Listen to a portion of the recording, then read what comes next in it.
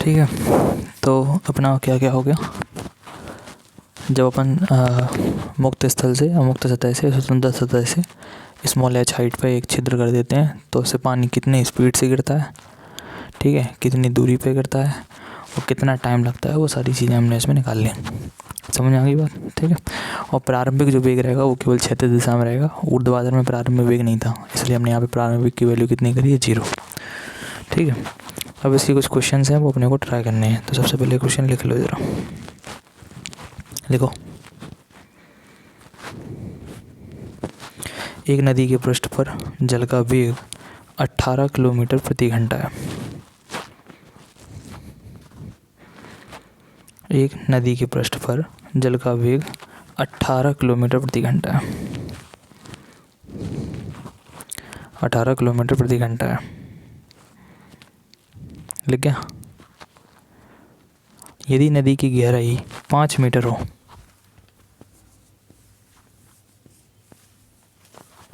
यदि नदी की गहराई 5 मीटर हो, 5 मीटर हो तो जल की परतों के बीच, तो जल की परतों के बीच, जल की परतों के बीच कार्य करने वाले, जल की परतों के बीच कार्य करने वाले श्यान बल का मान ज्ञात करें। कार्य करने वाले श्यान बल का मान ज्ञात करें। श्यान बल का मान ज्ञात करें यदि जल का श्यानता गुणांक, यदि जल का श्यानता गुणांक, यदि जल का श्यानता गुणांक,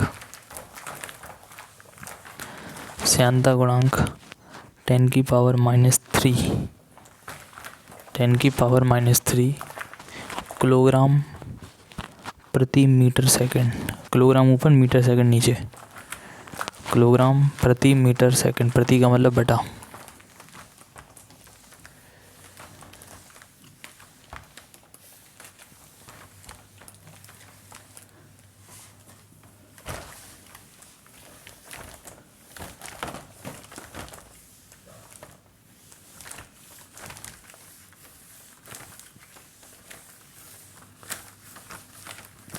ठीक है। तो देखो अपने से कह रहा कि जल का वेग 18 किलोमीटर प्रति घंटा है ऊपरी पृष्ठ पर, यहाँ है 18 किलोमीटर प्रति घंटा, ठीक है। अब जब ना दिया हो तो निचली सतह का वेग हमेशा लिया करो 0। समझ में आ गई बात।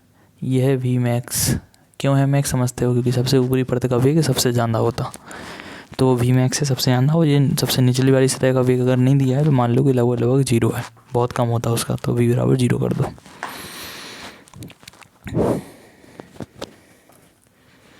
फिर कह रहे नदी की गहराई 5 मीटर की है।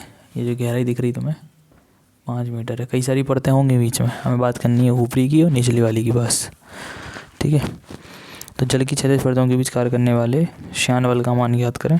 अगर श्यानता गुणांक, अब भैया श्यानता गुणांक को ईटा को कैसे लिखते हैं, श्यानता गुणांक यही होता ना ईटा,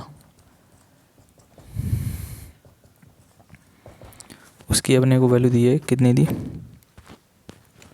10 की पावर -3,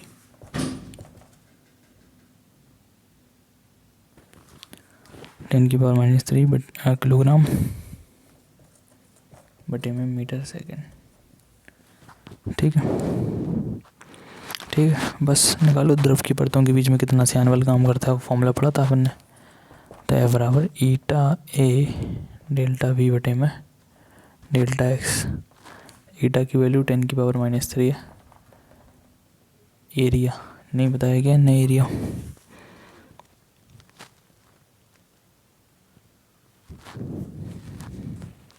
अच्छा सुनो, वहाँ पे जो श्यान बल ज्ञात करना है ना, वो एकांक क्षेत्रफल पर ज्ञात करना है, ठीक है। ये हमारा श्यान बल है, बीच में बोल नहीं पाए हम थ्योरी में, हमें चाहिए एकांक क्षेत्रफल पर श्यान बल, एकांक क्षेत्रफल पर श्यान बल। तो उसके लिए कुछ नहीं करना है, एफ वहीं रख के टोटल एरिया से भाग करेंगे अपन, कभी भी चीज़ें एकांक निकालनी है तो उसी का भाग करना पड़ता है। एकांक क्षेत्रफल चाहिए ना, तो टोटल फोर्स में एरिया का डिवाइड कर दो, समझ रहे। और डेल्टा वी बटे डेल्टा एक्स साइन लेने दो, जो एरिया है उसको नीचे लेगा हम एक तरह से, तभी तो बनेगा एफ अपॉन ए। या तुम्हें ऐसे देखना हो, एफ में तुमने ए का डिवाइड करा तो चलो यहाँ पर भी ए का डिवाइड कर लो। ये देखो ए से कैंसिल, समझ रहे हो बात को, बात वही है। अच्छा 10⁻³ डेल्टा वी बताओ क्या होता, वेग में परिवर्तन, वेग प्रवणता याद है, वेग में परिवर्तन। तो यहाँ वेग 0 है, यहाँ वेग 18 है, तो यहाँ से यहाँ तक कितना हो गया डेल्टा वी का मान। v2 माइनस v1 करो भैया तो 18 ही आएगा, 18 किलोमीटर प्रति घंटा। पर बेटा अपन ना तो किलोमीटर में काम करते ना घंटे में काम करते हैं, तो किलोमीटर प्रति घंटा को अगर मीटर बटे सेकंड बनाने हो, ठीक है, तो 5/18 से गुणा कर दिया करो, 5 मीटर पर सेकंड। ये चीज़ याद रखना, आगे भी काम आएगी कि कभी भी अगर किलोमीटर प्रति घंटा को क्या बनाना हो मीटर प्रति सेकंड, तो उसके लिए 5/18 का गुणा कर दो, काट दो, 5 आ जाएगा, समझ गए। 10⁻³ अपनी है, डेल्टा वी का मान 5 है। और डेल्टा एक्स बताओ, यहाँ से यहाँ तक की दूरी, मतलब यहाँ से यहाँ तक वेग में परिवर्तन कब आया, जब तुमने कितनी दूरी चली 5 मीटर, तो डेल्टा एक्स का मान 5। जो बताया ना डेल्टा वी पर डेल्टा एक्स क्या होता, कि हम इधर से कितनी ऊंचाई पे जाएं कि वेग में परिवर्तन हो। तो हम कितनी ऊंचाई पे गए 5 मीटर पे, तब जाके 0 से कितने का परिवर्तन हुआ 18 का। तो 18 को तो अपन ने मीटर पर सेकंड में 5 लिख दिया, दूरी में भी तो परिवर्तन बताओ। तो यहाँ से यहाँ तक दूरी में परिवर्तन कितना था 5, 5 से 5 काट दो, 10⁻³ न्यूटन में आएगा भैया। छापो, अपने को एकांक क्षेत्रफल पे लगने वाला बल चाहिए, ठीक है, इसलिए एफ अपॉन ए का मान निकालना था, ना कि एफ का।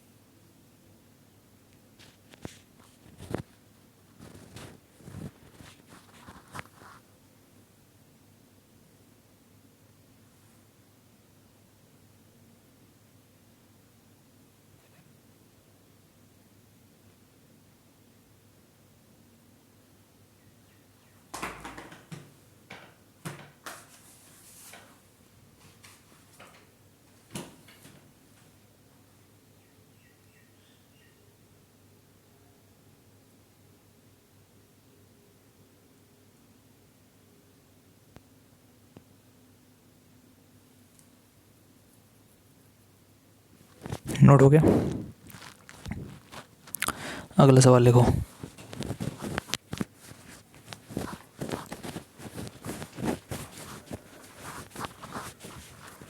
अगला क्वेश्चन लिखो,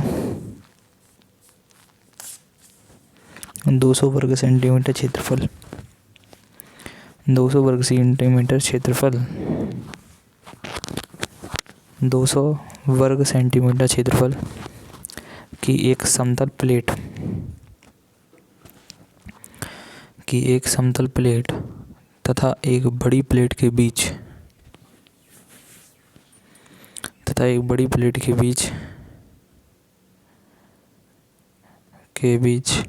ग्लिसरीन समझना बात को, ग्रीस होती है, ग्रीस उसी टाइप से, ग्लिसरीन की 1.0 मिलीमीटर, मिमी मतलब मिलीमीटर 1.0 मिलीमीटर मोटी सतह है। 1.0 मिलीमीटर मोटी सतह है।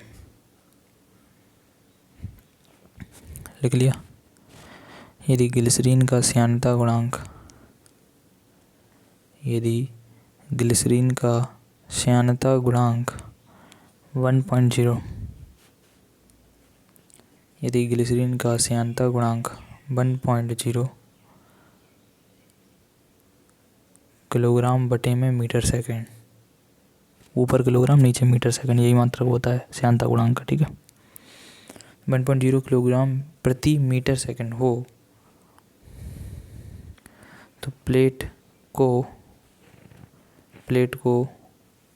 9 सेंटीमीटर प्रति सेकेंड, प्लेट को 9 सेंटीमीटर प्रति सेकेंड के वेग से चलाने के लिए 9 सेंटीमीटर प्रति सेकेंड के वेग से चलाने के लिए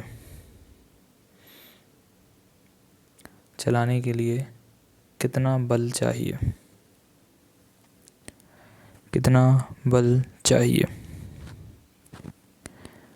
लिख लिया। एक बार ट्राई करो, इसी टाइप से बिल्कुल सेम फॉर्मूला लगाना है, बस जल्दी इन्फॉर्मेशन लिख के एक बार ट्राई करो इस सवाल को। सभी लोग कोशिश करना और करने की।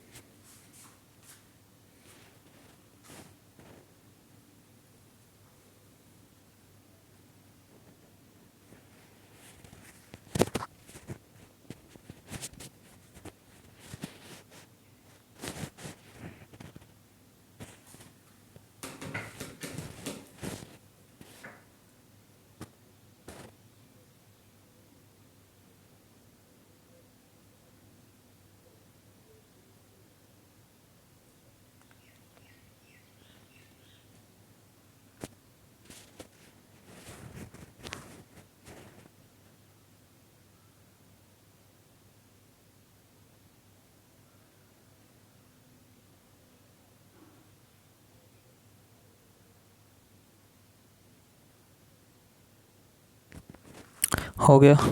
नहीं हुआ? देखो इधर।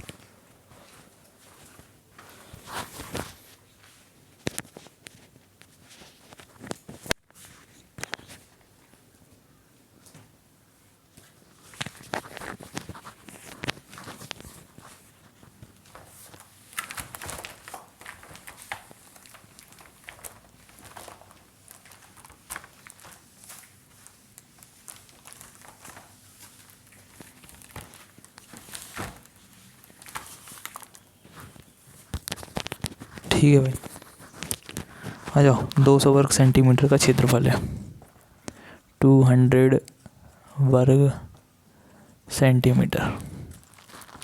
1 सेंटीमीटर को मीटर बनाने के लिए 10⁻², वर्ग है तो स्क्वायर कर दो। ठीक है, फिर बन जाएगा जी वर्ग मीटर। वर्ग का मतलब 2 बार है ना सेंटीमीटर, इसलिए 10⁻² 2 बार आया, फिर वर्ग मीटर बन जाएगा। वर्ग मीटर का मतलब समझते हो? Metre square. स्क्वायर को हिंदी में वर्ग बोलते हैं ना, ऐसे इसका मतलब सेंटीमीटर स्क्वायर, यानी स्क्वायर का मतलब वर्ग, सेंटीमीटर मतलब सेंटीमीटर। ठीक है, फिर क्या कह रहे हैं? एरिया दे दिया आपकी ओर। 1.0 मिलीमीटर मोटी तह है। ठीक है, मतलब ऐसा है, 2 प्लेटें हैं जी और उनके बीच में इतनी चौड़ाई में ग्लिसरीन भरी, तो डेल्टा एक्स लिखो इसको। फिर समझ रहे कितना है? 1.0 mm का मतलब 10⁻³ मीटर बन जाएगा।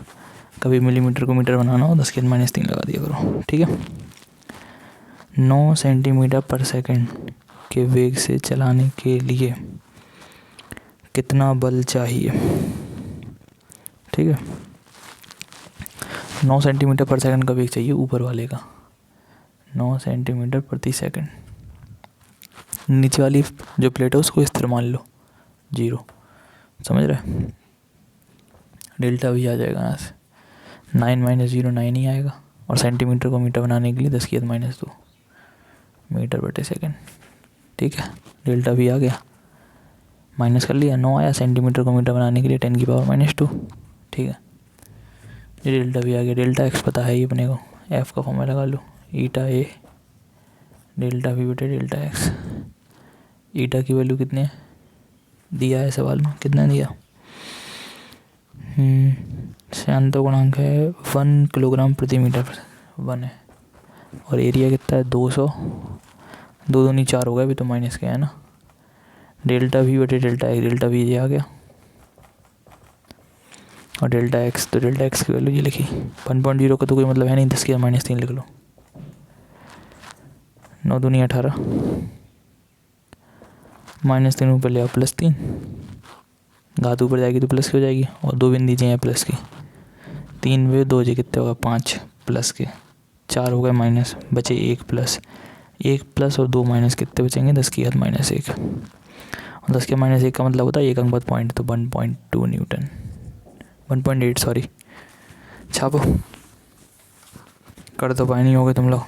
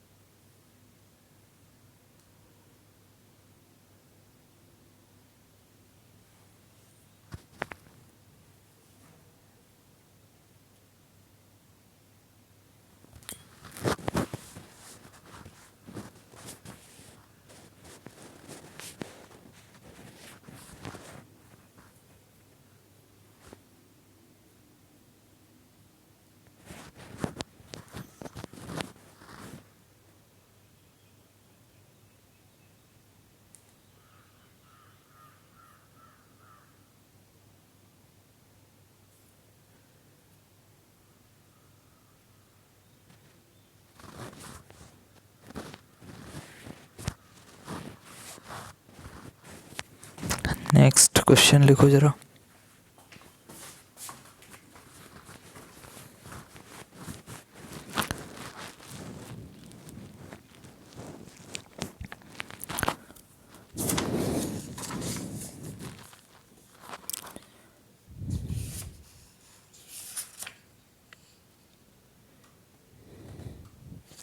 लिखो, समान त्रिज्या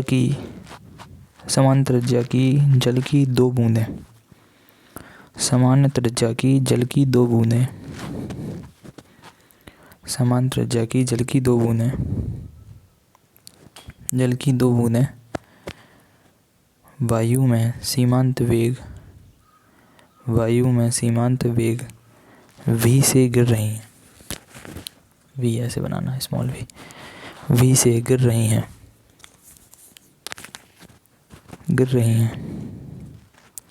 यदि ये मिलकर